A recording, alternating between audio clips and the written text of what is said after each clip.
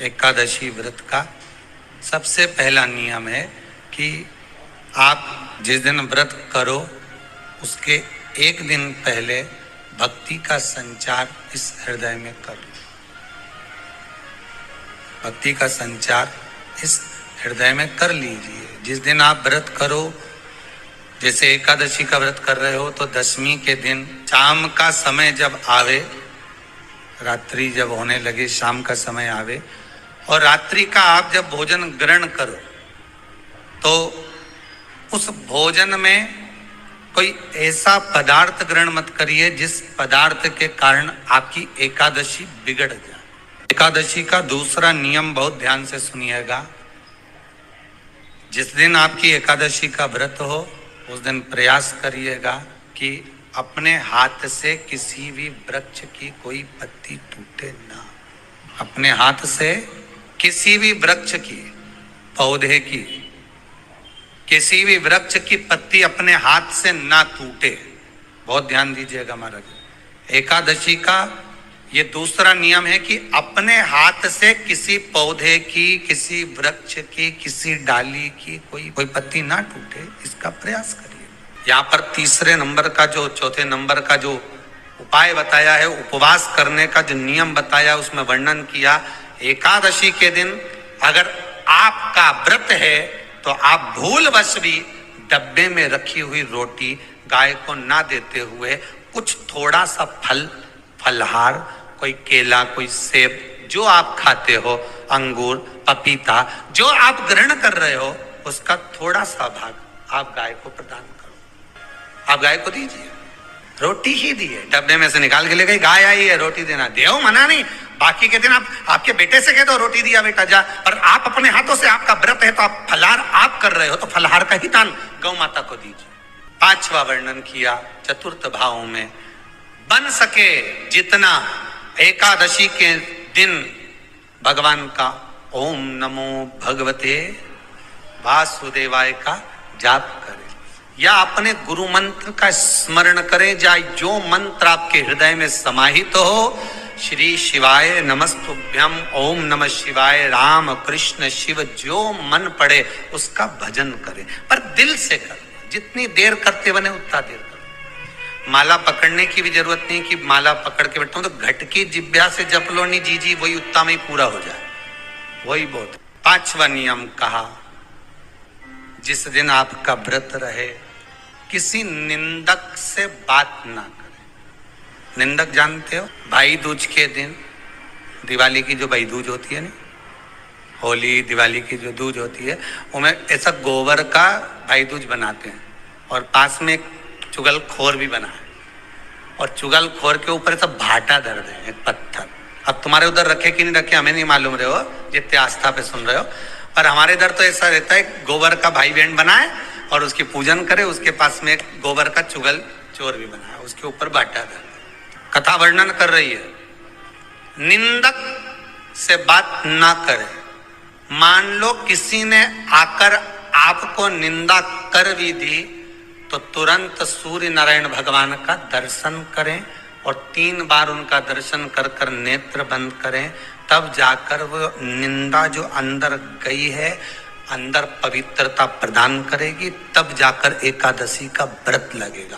पहले तो प्रयास करो, अगर जो निंदा करने आता है ना तो उसको उस दिन एकादशी वाले दिन दरवाजे पे लिख दो, जीव की हत्या ना करे। अगला नियम है, अपने द्वारा जीव की हत्या ना हो, प्रयास करना, किसी को कष्ट ना हो। 18 नियम में से एक नियम और, प्रयास करिएगा एकादशी जब भी करें तो द्वादशी से जुड़ी हुई करें, दशमी से जुड़ी हुई एकादशी कम करें। जो वैष्णवों की एकादशी कौन सी होती है?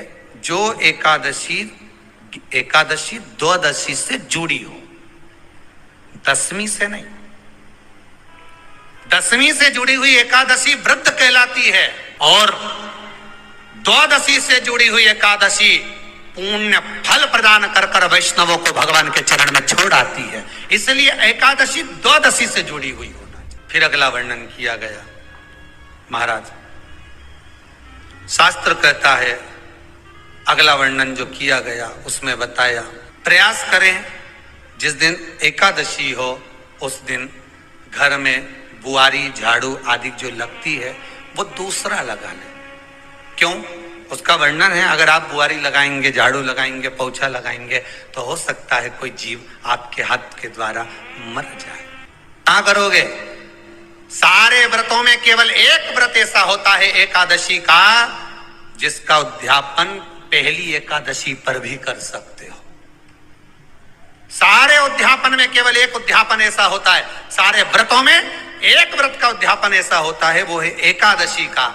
ये जरूरी नहीं कि 26 पूरी होगी तभी तुम करोगे, या तो पहली में ही कर लो या फिर 26 पूरी हो तब कर। पर उद्यापन, अब तुमको ऐसा लगे कि हाँ मैं अभी तो जीऊंगी हो, अभी तुम्हारा बाल भी धोला नहीं हुआ, तुमको ऐसा लगे तो अभी तो मैं तो बढ़िया,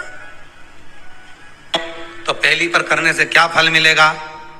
तो एकादशी की नियमावली कहती है, अगर मान लो आपने पहली एकादशी पर भी उद्यापन कर लिया, इसके बाद में जितनी एकादशी करोगे वो सारी तुम्हारे खाते में जुड़ती जाएगी। मतलब बैंक में खाता खोल लो, ठीक है? खाता खोल लिया, अब जितना कमाता जाओगा उसमें डालते जाओ, जितनी कमाई करके लाओगे उसमें जमा करते जाओ। एकादशी एक बार उद्यापन पहले में भी हो गया तो बाकी का पुण्य तुम्हारे खाते में आ जाए। एकादशी का उद्यापन बड़े महीने में माघ शुक्ल एकादशी के दिन, माघ का महीना हो, शुक्ल पक्ष की, जम के बोलिए, एकादशी हो, प्रयास करना कि आप उद्यापन करें। भले 5, 10, 11, 12 जितनी एकादशी हो जाए, 26 हो जाए तो ज्यादा अच्छी है, नहीं तो आप करें तो माघ महीने की शुक्ल पक्ष की एकादशी के दिन आप उद्यापन करें। प्रयास रखें। बड़े महीने के अंतर्गत जो उद्यापन, हाँ चतुर्मास के अंतर्गत उद्यापन नहीं होता एकादशी का, बहुत ध्यान दीजिएगा। हमारा ये जो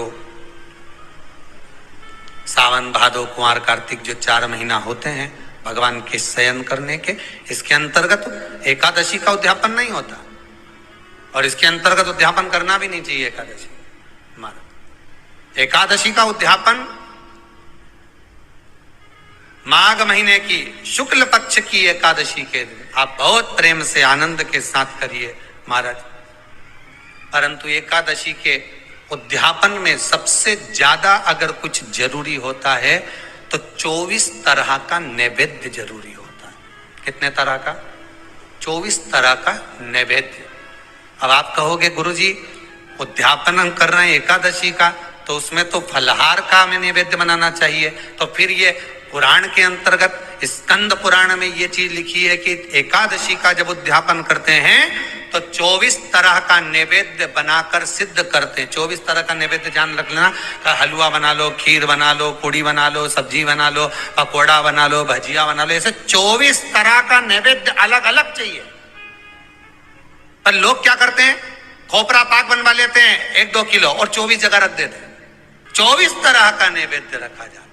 एकादशी के दिन भगवान का पूजन का पूरी तैयारी कर कर, मंडल आदि बनवाकर, विद्वान ब्राह्मण को बुलाकर, कर्मकांडी ब्राह्मण को बुलाकर, जो भगवत सेवा में एकादशी का उद्यापन कराए, उन ब्राह्मण के चरणों को नमन कर कर, प्रणाम कर कर एकादशी का पूजन करवाइए।